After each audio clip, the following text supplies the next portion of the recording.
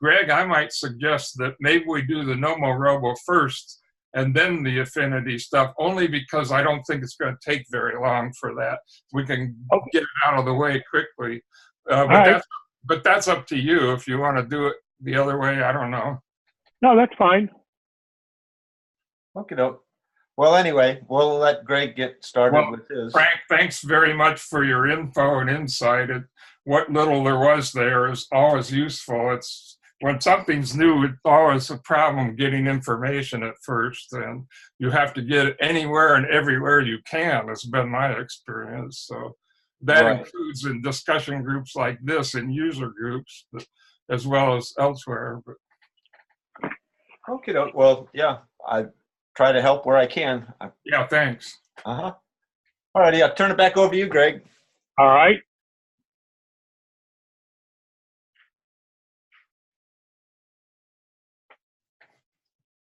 Okay, do y'all see my desktop? You see my iPhone there?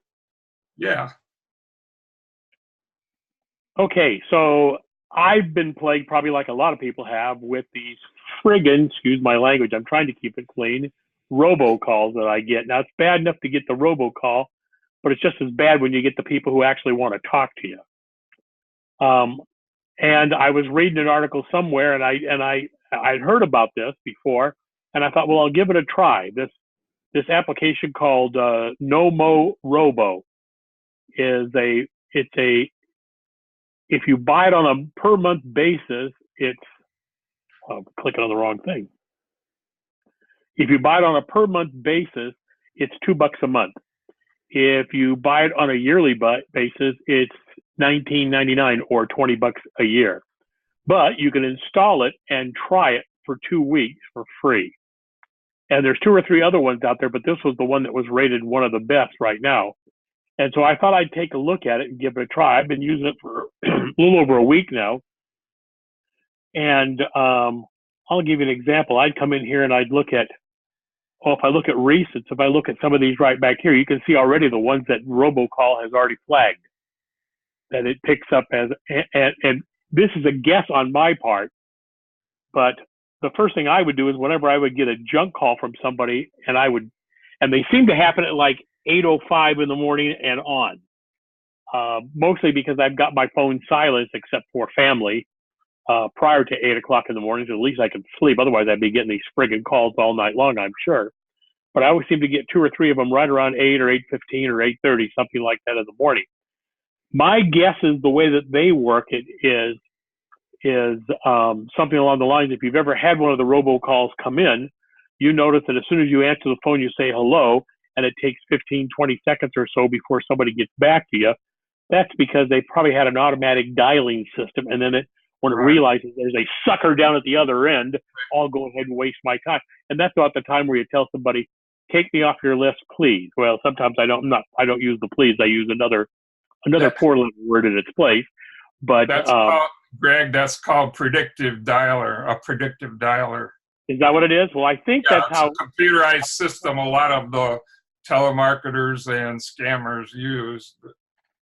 I think the predictive part is they try to predict, they have X number of live people, and they have to predict how many calls, Y number of calls they can make before they'll get an actual person on there that the telemarketer live person needs to talk to. So it will dial ahead a bunch of numbers, and when one of them actually picks up and a human comes on, then it will signal the live person at the telemarketer, and if he's not on another call, he'll take the call, but if he is, there can be a delay till one of them is free. So they try to, the software in that system tries to estimate how many calls it should make ahead of time based on how rapidly the live people are taking and dispensing calls.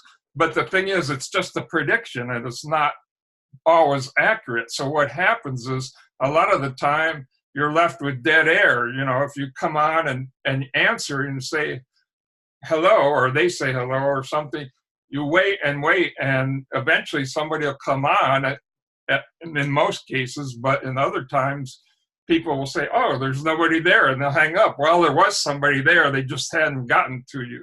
Anyway, that's the long and short of predictive dialing systems. Well, like when I get one of the ones that calls, you know, and every now and then they'll roll over, you'll hear a fax machine or something. Well, that's just a screw up there at their end. But like when I get one of the ones that calls and I don't get the option to supposedly, my favorite is one that says, or, you know, hit 1 to be removed from our list. And you hit 1, I think that just confirms that they know there's a sucker at the other end. That's right. They say you should never engage with them, including that, because it just tells them there's an actual person. It's not an out of order phone number. It's a working number. And my favorite thing is it says this may take up to 72 hours. No, it may take the rest of your life. They'll never take you off that list. What I end up doing is when I get one of those back, if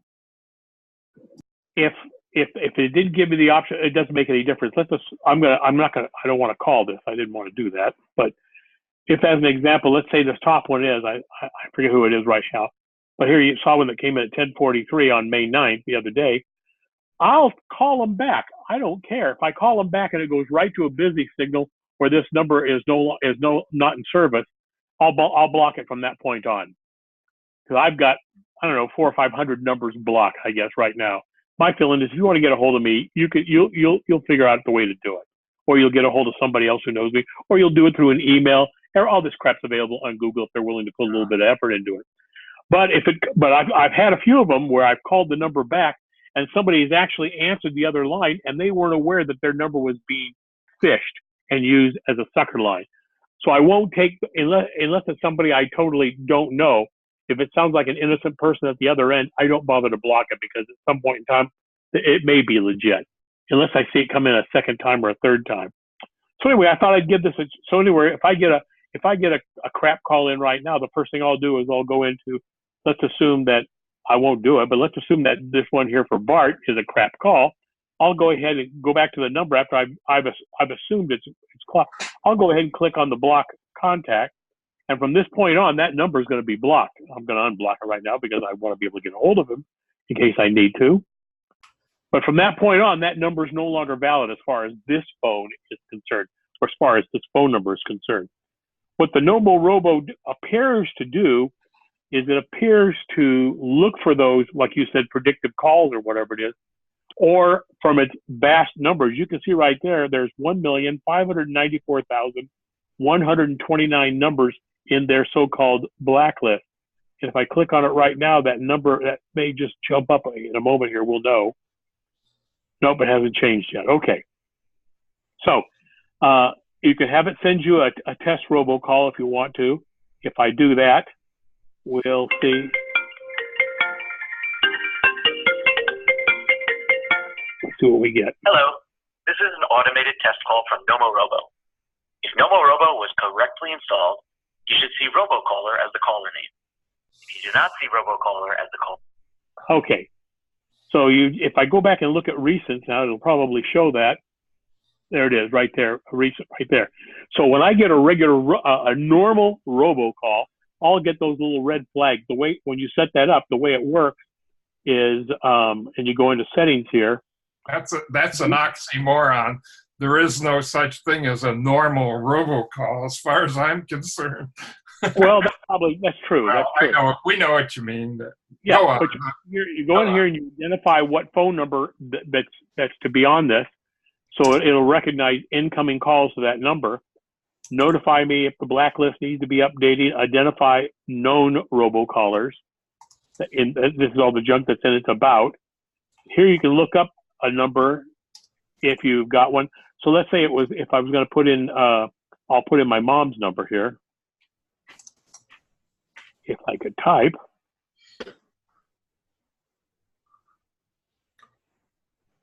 Now, if I put that in there and I click on to look up, it'll give me the option to go ahead and put in a name if I want to identify, or why do you think this is a robocall? So in my case, what I've done is if I get a call from, the latest one I've been getting up is the people who call up, hi, I'm with the Medicare Advantage service. And what they're trying to do is they're trying to sell you some, Do you have pain? Well, shit, who doesn't, excuse my language, who doesn't have pain as you're getting older? I have pain all the time. I'm in pain all the time, but I just ignore it. I wasn't in pain until you called, but you're a big pain in my butt. That's true. Sometimes I do say that. Well, anyway, the latest scam is, my wife being a former nurse, and Kathy's probably gone through this, through the same thing at your end, Bruce, is these so-called Medicare Advantage have nothing to do with Medicare. That I'm with Medicare Advantage. There is no such thing as Medicare Advantage. It's a supplemental insurance, maybe, or something. Supplemental insurance. They're trying to not necessarily, well, you know, if you've got a leg problem or whatever it is, we can get you a brace and your insurance will cover that. Basically, they're trying to it's a Medicare scam to get you to sign up to buy hardware. Maybe it won't cost you anything, but it'll cost the government something for you to get this back brace or whatever that you probably really, in fact, don't need. I'm getting 2 or 3 of those a day. So when I get those, I'll go in and put their phone number manually in here because robocall didn't pick it up. I'll put their manual phone number in here and I'll go click on the lookup option down there at the bottom. And then I'll put in Medicare Advantage scam or whatever it is. And then robocall waits until the robocall people have some kind of a validation that they do. If more than one person's turned in that number, then it gets added to the list because they don't want to just be blocking people for the sake of blocking them. That church there. Greg, one thing I'm wondering is, you say you're getting all these calls for Medicare scams and stuff. Why do you even answer those? Why do you even answer or pick them up? Bruce, how do I know who it is? If it doesn't have a name associated with it, it's not in my contact list, I don't know who it is. Well, if it doesn't have a name in the caller ID, if it just says a city and state, or no, it didn't even usually say something that. like that, or they don't leave a message, I always assume it's a junk call, and then I block them. And it probably is, but once in a blue moon, I'll get a legit call that way. Somebody who found me through something else, or if there's somebody that's legitimate, whether it's a business call or a personal call, my feeling is they ought to leave at least a brief message. Otherwise, they're liable to be blocked, you know. But I've been very aggressive about this, and maybe a little too aggressive, but I so far, following that policy for a long time now, several years, I don't know of any specific situations where I've accidentally blocked an individual or a business that I didn't intend to block, that I shouldn't have blocked. So at least it works for me. I don't know. Everybody's different. You know, if you have a lot of friends that aren't in your address book, or that, you know, a lot of distant friends or distant relatives that don't call very often, you might have reason to pick it up, you know. But Bruce, one thing that you're not taking into account, I don't like to talk in an answering machine. I hate it.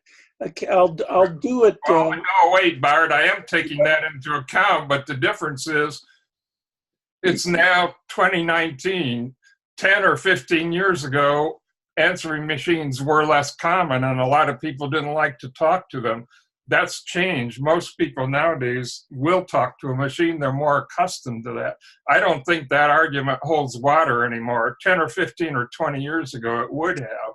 But most people now can at least leave a brief message, you know. And like Greg said, if I accidentally block somebody, there's other ways for them to get a hold of me. They can email me, or they can call a friend or something like that. But, I've got a question about this.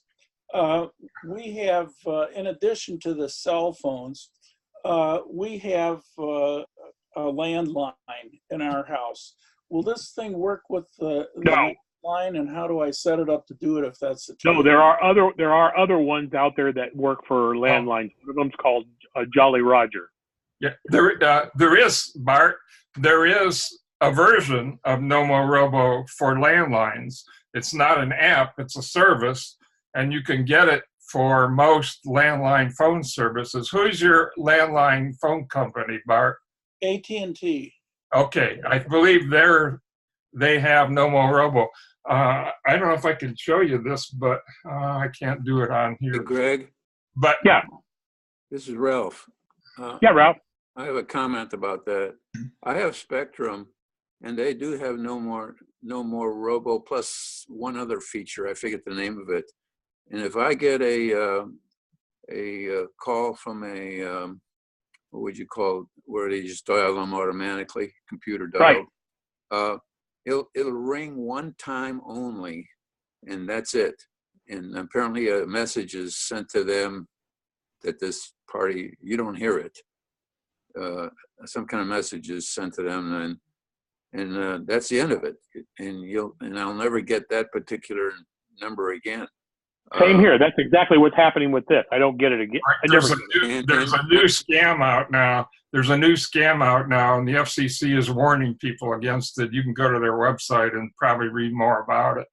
And that's what they're doing. Some of these calls come from overseas, but the number they appear to be calling from may be an overseas number, or it may be a spoofed local number, a U.S. number that's not where they're really calling from. But what they do is they call sometimes in the middle of the night.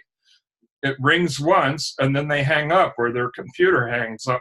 They're hoping, their scheme is that they hope someone will call them back. And if you do, what happens is you end up authorizing charges against your phone line, much as if you made a toll call, a not free call. And so the FCC is advising people, if you get a number from overseas or any number and it rings once, especially if it's from overseas, don't call it back. Just assume it's a scam and go on with your life. In other words, only call back if you're really sure it's some legitimate number, or if you're expecting a call from overseas or wherever the call came from. Yeah, I don't call back overseas numbers. And as far as Greg? Yes. One more comment. You mentioned that you block all these calls, like 500 calls. I don't block any calls. And the reason why is they never use the same number twice. I noticed that my prefix is like 813 on my cell phone, and 90% of the calls that I get start with 813. So okay, they think that's going to encourage you to pick it up. But I don't pick up anything that's not in my address book. Never. Right. And when it's what I used to call the same first six, now has a more proper name. It's called the neighborhood scam. Neighborhood scam is what people are calling it, FCC and everybody.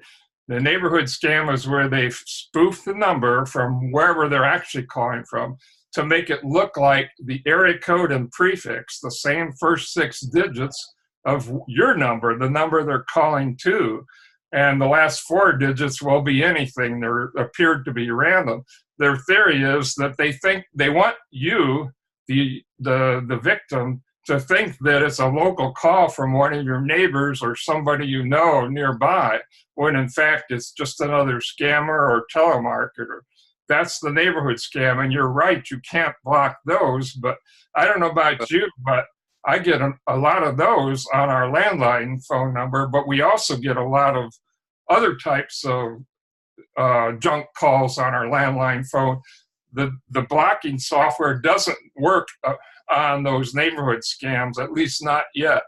They're working on ways of positively identifying the source of calls. And once we have that, it should put a stop to a lot of this crap going on. But until that happens, the neighborhood scam will go through, but you can still block other calls. If you don't seem to get any other calls that are not neighborhood scam, that are junk, you're lucky, because we get a lot.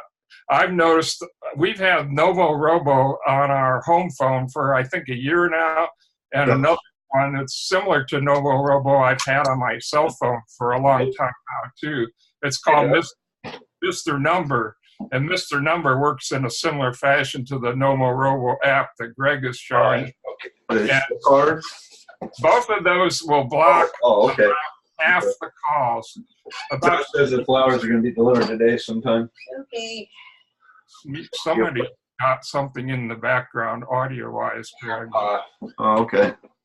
Alrighty. Both of those will block maybe half the junk calls. So it's better than nothing, but it's not an ideal solution. But we'll have to wait in the next 2 years or more till the phone companies and the FCC get this positive call system working and rolled out. They're in test phases with some of it now from one carrier to another. I think it's between Verizon and AT&T. They're testing automatically positively identifying and authenticating the call, the source of the call, so that if somebody spoofs their caller ID, you'll know it wasn't a legit call. In fact, it won't even go through. You won't even know you got a call because your phone company on your end will block it before it rings your phone. But we're a ways off from this state of affairs, unfortunately. So No, anyway, that's not necessarily true, because they already have the capabilities of doing that. They don't do it. They're being pressured by the government to do it. The reason why they don't do it is because of the money they make off of all the garbage calls. well, that may be Seriously. true. But they are working toward it now, supposedly, or at least some phone companies are. AT&T and Verizon are two that I know are working on it. And maybe it's because of government pressure, that may very well be. But whatever, who cares whether it's of their own volition or from government pressure? The end result is we're going to have fewer junk calls once this goes through in a couple of years, So I don't care why it's going through. I just care that it does go through eventually, and the sooner the better. But anyway, let me just add one or two quick things. We have Nomorobo on our home phone. On the home line, if you can get it, it's free. The app version Greg is showing for your cell phone, like an iPhone, is not free. He quoted the rates he pays for the subscription service, but if you can get it for your home phone, it's a good deal because it's completely free. And I don't know if you can see this on my iPad. Is that going to show up very well, Greg? Well, you can always. Oh, if you have your iPad plugged in and you do it a QuickTime movie, you can share it if you want to. Well, let's just see if I can just kind of hold it up to the camera here. See that little right under my finger? There's the FiOS app, and okay, I've launched it.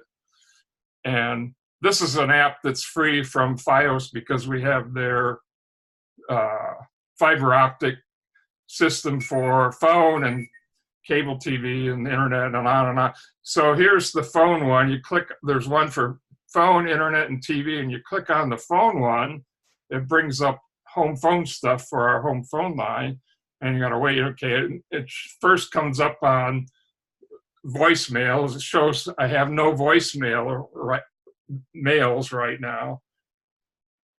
And then if I click the next tab over, it says all calls, or this is a log of all, I'm trying to work, it's like working in a mirror here for me. See where it says all calls? I'm sorry, it's moving around so much. This is a list of all incoming and outgoing calls for the last, I don't know, 100 or more calls. And you see the one with the red prohibitory sign to the left of them. Those are calls I have manually chosen to block because they're so damn obnoxious that even with Nomorobo, it rings the phone frequently, and I've just had enough. But anyway, so now look over here, there's 4 tabs, and there's missed calls, and then to the right of that is options. And let's see if I could do this here. Options. Okay, I'm going to click on the options now. And if you see in the options here where it says, I'm sorry, this is moving around so much, but I don't know if you can read it. It says calling, trying to remember, I've got to go backwards from the way I want to. Calling features, voicemail settings, Nomorobo. Guess what? It's right there in the app, isn't it? And then there's another one on the bottom. If you look over to the right, where after Nomorobo, what's it say? It says enabled, right? Because I have it enabled on my phone line. Now, if I click on that, put it back up to the screen here, you'll see that in the Verizon app, it has the Nomorobo icon. And see, there's a little on-off switch there right now. It's turned off, so you can manually disable it anytime you want. But the only reason, and really, you don't have to have a carrier that supports Nomorobo necessarily. what you have to have is a way to set up your home phone line to ring more than one place at the same time. So when an incoming call comes in, it rings their home phone, but it also rings somewhere else where you put in a phone number for the somewhere else. For some people, they would use that to ring their home and their business at the same time off of one incoming call. This works for a physical landline, not a voice over IP landline, right? No, it's the other way around. For a voice over IP landline, not a plain old physical. Oh, really? Okay. All right. Yeah, because the plain old telephone system or POTS lines, the twisted pair we've all had for decades, don't usually support this type of calling where you can easily add another phone number so that when somebody calls, say, your home phone number, it rings two places, your home and your work. That's supported on voice over IP systems, but not always on the older plain old telephone system. So it's pretty easy for companies like Verizon or AT&T on their voice over IP systems to offer this, but on a twisted pair, regardless of who owns the phone lines, whether it's AT&T or whatever. What did GT&E become? Verizon or something? I don't know. Well, whoever owns your twisted pair, they can't necessarily offer that right now. So you're kind of out of luck on your home phone if you have that set up. But if you get your phone from your cable TV company, like a lot of us do, or from, you know, a fiber company like Verizon, if you have that, or from, what's the other one that, oh gosh. Spectrum? Vonage, maybe. I think Vonage, probably you could do it. All of those are voice over IP systems where the call is digitized before it's, you know, sent. The voice is digitized before it's sent to the central office, and coming back, it's digital and it's made back into analog where you hear it in the earpiece, you know. But whereas with the plain old analog telephone lines, there's no digitizing. It just sends analog signals both ways. So if you have this, you have to look into how to set up for a third-party ring. And if you subscribe to Nomorobo through the, for example, Verizon app, you can just turn on a switch and it will set it up for you automatically. And what they do is, what Nomorobo does is they assign a unique phone number to you. They have to do that. And then that phone number gets put into the place where you want the phone to ring besides your home phone. So it will ring two places. It'll ring your home phone. It'll ring at the Nomorobo on that number you put in there, or that it put in there for you. And when Nomorobo sees that a call come in, it looks it up in its database, just like the app on the iPhone. And if it's in there as a blacklisted call, it immediately answers and plays some canned message, but you don't hear that. All you hear is one ring, and then it cuts off. So yes, it's not as good as the cell phone apps in the sense that you still hear one ring, but it's better than nothing because you don't hear anything else. They don't leave a message because they can't.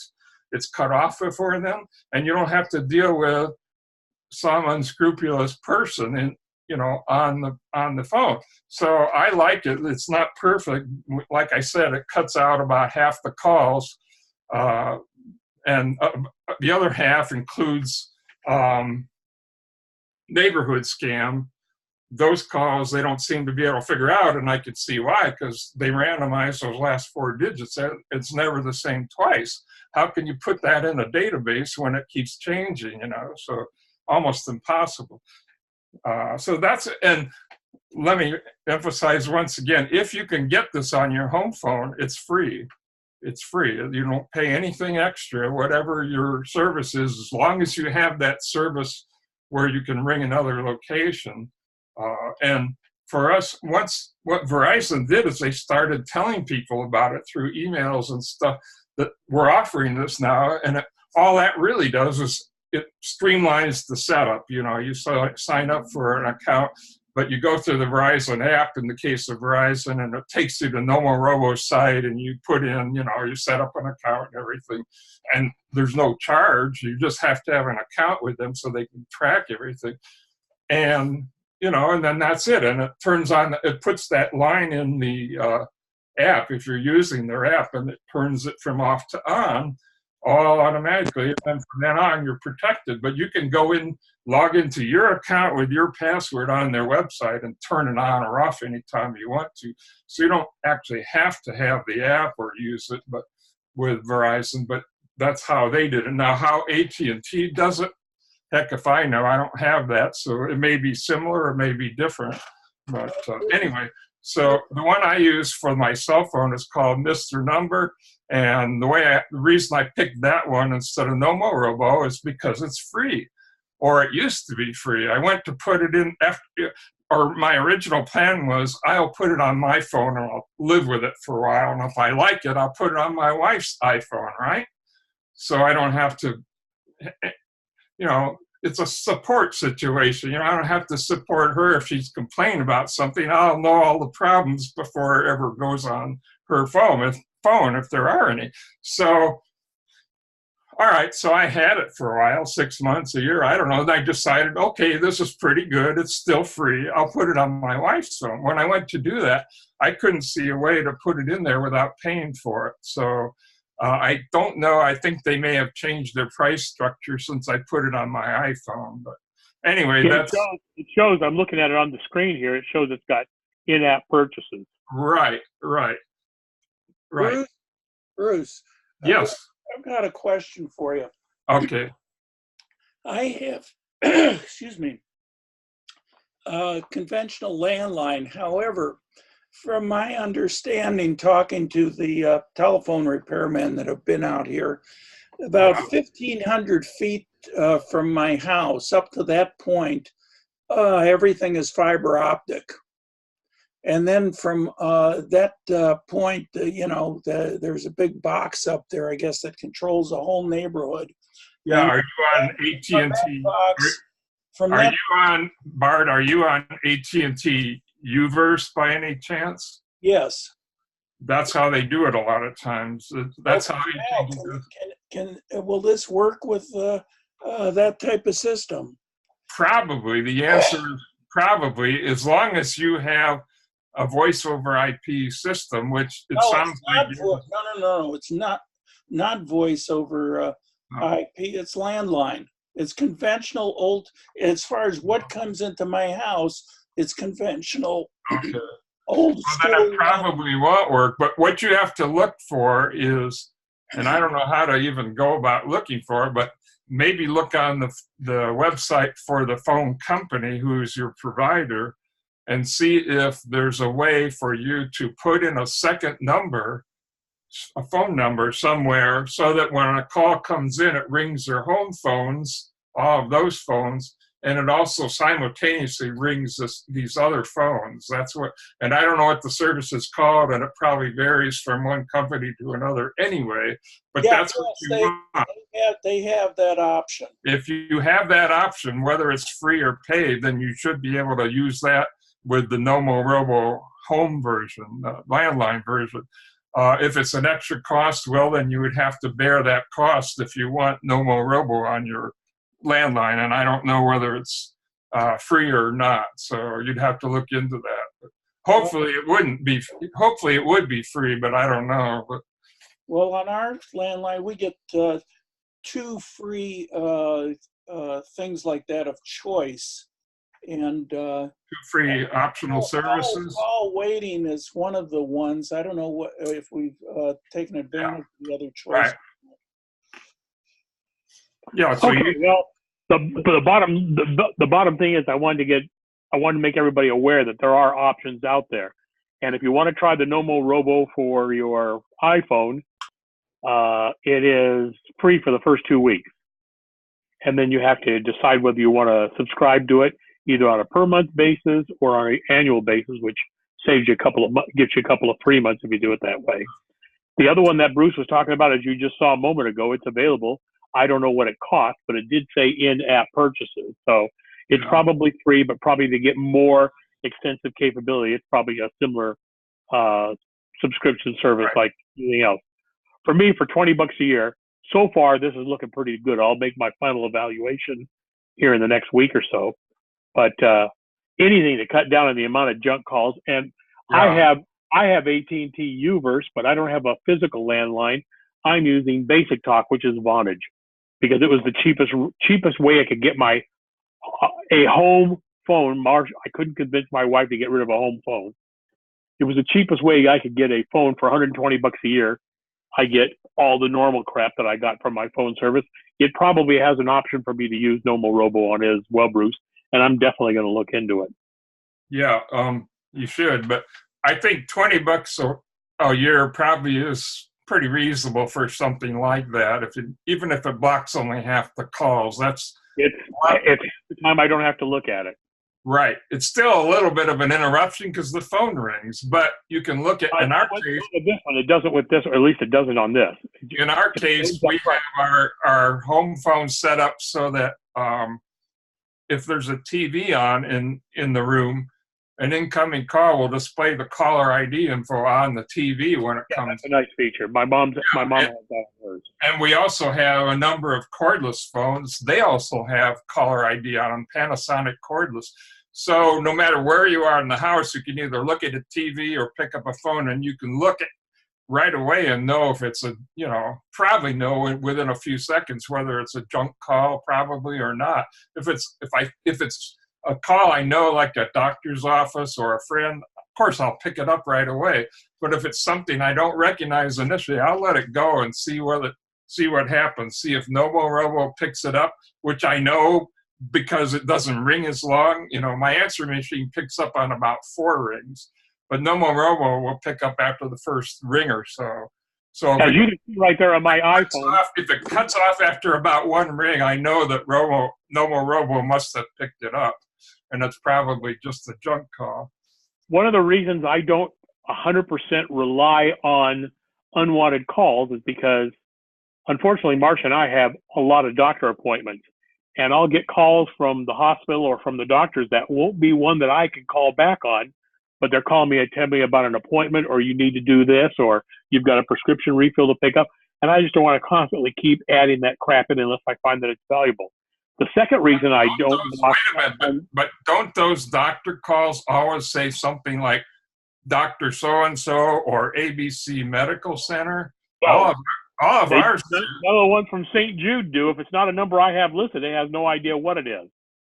Yeah, the problem I have with that is we get my wife has a procedure she's going into, and that the evening before, the guy who puts her under gives her a call, but it's always it never has a name to the number, and if you try to call it back, you can't call it back. So the other reason I do it, just to let you know, is I have a friend of mine who does this religiously. He follows 4 or 5 radio stations. I guess in the 45 years that I've known Mike and his wife Charlotte, I'll bet he's won 7 or 8 trips to Hawaii, probably $30,000 or $40,000. And all he does is throughout the day, everything he's doing, he's listening to a radio station, and he knows what time the contests are going on. And he's a very big trivia nut. So if it's one that involves trivia, he does pretty good with that. But I do 1 or 2 of them myself, and like this one here is from KFI, from 6 a.m. to 7 p.m. every day. At about 15 to 20 minutes after the hour, they'll give a code word, and you text the code word to 200-200. That's their licensed texting number that they use. And I'll get back this confirmation that says, you're entered if selected as a potential winner. We'll call to confirm. Be sure to answer. No financial info is ever collected by phone. My friend has won this, or won something like this twice from KFI. And I do it, and it always comes in on a different phone number, so that you're not looking for it. And they're hoping that you'll pick up the call, and they'll say, hey, you've won $1,000. So I know from personal experience from a friend of mine, he's had extremely good luck at this. That's one of the few reasons why I don't want to block calls that aren't in my phone book. Mm-hmm. Anyway, that's an option, you guys. You can certainly give that one or Mr. Numbers or whatever. Well, I don't, well, no, wait a minute. Hold on a minute. I don't block calls that aren't in my phone book. No. Ralph and a few others just said if they're not in your contact. Oh, right. You can't do that. Right. I don't do it either. You can't do it if you want to do something like this. And you know what? This means more to me than anything, because I saw how successful my friend is at it. Right. Some people enter every single phone number in their life that they ever receive into their address. Bruce, if I get it more than once, it's in my list. If you're one of those kind of people, then you could block everybody that's not in your phone book, probably. But I'm not one of those people. I'm a lot more selective about who I put in my address book. But like as an example, if I whoops, I didn't want to do that. If I wanted to, this number here, I could go to the info. I mean, the number came in. I can add it to an existing contact and just, let's say it belongs to Sammy or to advertising sign or whatever the hell it is. If I click one of those, boom, it's in there. So, I mean, if you've already got, if it's something from St. Jude and I thought it was the St. Jude Hospital and I thought it would be pertinent, I'll go ahead and add it to St. Jude just so for the future, I'll see St. Jude pop up. I will do that part. But if it's something I've got to manually put all the information in, screw it. I don't need it that much. Anyway, let's go on, if that's okay, unless anybody's got some more questions. And thanks, Bruce. I appreciate all your input on that. I wanted to mention one thing about that. That's the thing I hate most about cell phones. Somebody calls you, it doesn't give them a name unless it's in your address book. And that really sucks, because most of the time nobody leaves a voicemail to let you know that it's an important call. Anything that doesn't leave a message gets blocked on my iPhone. I've got probably 300 to 400 blocked calls already. So, but this is the interesting one I wanted to mention. Earlier this week, my number was spoofed. My number was on my caller ID calling me 4 times in one day. Finally, I decided to pick it up to see what it was. And it was it was a Microsoft scam thing telling me that my computer was going to be turned off. Yeah, I've had that one too. But they're using my home phone number, my landline. How do you block your own line? You can't. You know, that's really, really ludicrous. That's why I'm saying is on the phone, on the cell phones, why doesn't it at least, if the person has a name, the name should be put on there, whether they're in your phone book or not, in my opinion. So anyway, I just thought I'd mention that. Only thing I can say is take heart, everybody. Change is on the way. It's going to take, I'd say, between 1 year and 5 years, but eventually somewhere, hopefully before we all die, we're going to see an improvement once they get all this authentication stuff in place. You know. I'd just like to find out where they live so I could just go over and just shoot them. That'd just be the easiest thing. Well, see, that's why I was saying the phone company knows whenever a call is placed, they know what phone number that call is being placed from. The PBXs that companies have, they have the capability of putting in whatever phone number they want to display on caller ID. Right. That's the problem. But the phone company knows, but they won't tell you. They already know that. They already have the infrastructure. No, I don't think they know. I think only the phone number on the originating, or the phone company on the originating end, yes, knows. But on the receiving end, if it's a different phone company, I don't think they can tell. I think all they have to go on is the caller ID and the ANI info. ANI is similar to caller ID. It's automatic number ID, which has been around longer, and it's an internal phone company thing. Don't ask. But anyway, but even that info only tells them, I think, where it came from and what the number is. And it doesn't necessarily, it's not necessarily authenticated either. So if it comes from, for example, a phone company in a foreign country, your local phone company probably has no way to know where that call really came from or whether it's what it appears to be or not. Right. Well, change is coming. I don't know how long it's going to take. If you want to try to speed it up, contact your local politicians, your Congress people, you know, and they do some good. You guys maybe aren't aware of a technology that's out there that I have experienced maybe once or twice a week. I get one caller that I don't pick up the phone. I leave the receiver on the hook and so forth. And whatever technology they have, it's able to, from their end, effectively make my phone look like I've taken the phone off the receiver, because the thing will ring and I don't answer the phone, and all of a sudden on my speakerphone, I hear their message playing. And I can't, while they're doing that, I push the hang up button and everything. It won't hang up.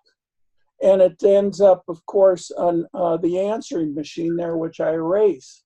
But this is sort of scary that they can actually, someone has the ability to actually go there and pick up, electronically pick up my receiver. I'm not sure that's exactly how it's happening, but I don't recall ever hearing anything like that happen to anybody else either, Bart. So I'm not sure what's going on. Yeah, that happened over a period of time, and it's the same caller every time because the message is the same. Okay, on what you're saying is, okay, now your answering machine will take your line off hook for them to leave a message. It's not that you're picking it up. Right. The only way you can disconnect them from leaving a message is pull the plug on the answering machine or pull the phone cord out of the answering machine, and that would eliminate that. Or turn the answering machine off. You know, there's usually a button or something that turns the machine on and off if it's a physical answering machine and not voicemail. But here's the thing, whenever, other than that one caller, normally when I get a call, I don't hear them. You know, if I don't pick up the line, or even if I am going to pick up the line, my answering machine is an older answering machine, and it, like let's say you call up and you start to leave me a message or something, I don't hear that. The light comes on to tell me that I have a message, but I don't hear you talking in real time into that answering machine. So I don't think that's what they're doing. No, as a matter of fact, almost every answering machine I've ever owned, I could hear who it was. That way I could screen the call. Right. This is an older Panasonic. No, so my original ones did that. I could screen the call regardless if it used a tape or if it was digital. Didn't make any difference. For this one, that way I could listen to who it was before I picked it up, and if I recognized their voice or they said who it was, I could pick it up. Yeah, mine doesn't do that normally. It's just for that one robocall. Got me. All right, guys, we're going to run out of time here. I want to go a few minutes over this other application I've been playing with. Hey, Greg. Yes, go ahead. I'm going to have to leave, but I want to make one comment. These computerized scammers that use the computer for dialing, they make money no matter what happens on the other end, whether their line is picked up or not. Because as soon as the phone call goes through, as soon as it rings once, it has to ring once for the caller ID to be identified, and everybody gets a fraction of a penny for every time the caller ID is looked up. So these guys can make money just by dialing numbers and nobody picking it up. That's right. Between the first and second ring is when the caller ID information is sent. And they get part of. They get reimbursed a fraction of a penny for every one of those calls. So they'll just computerize dial forever. They don't care whether you pick it up or not. Shoot the messenger. That's my answer. Shoot the messenger. So I don't know. They're gonna have to change that concept. I don't know how to. I agree. Okay, and that's all I got to say. I got to leave. Bye. All right, Ralph, take care.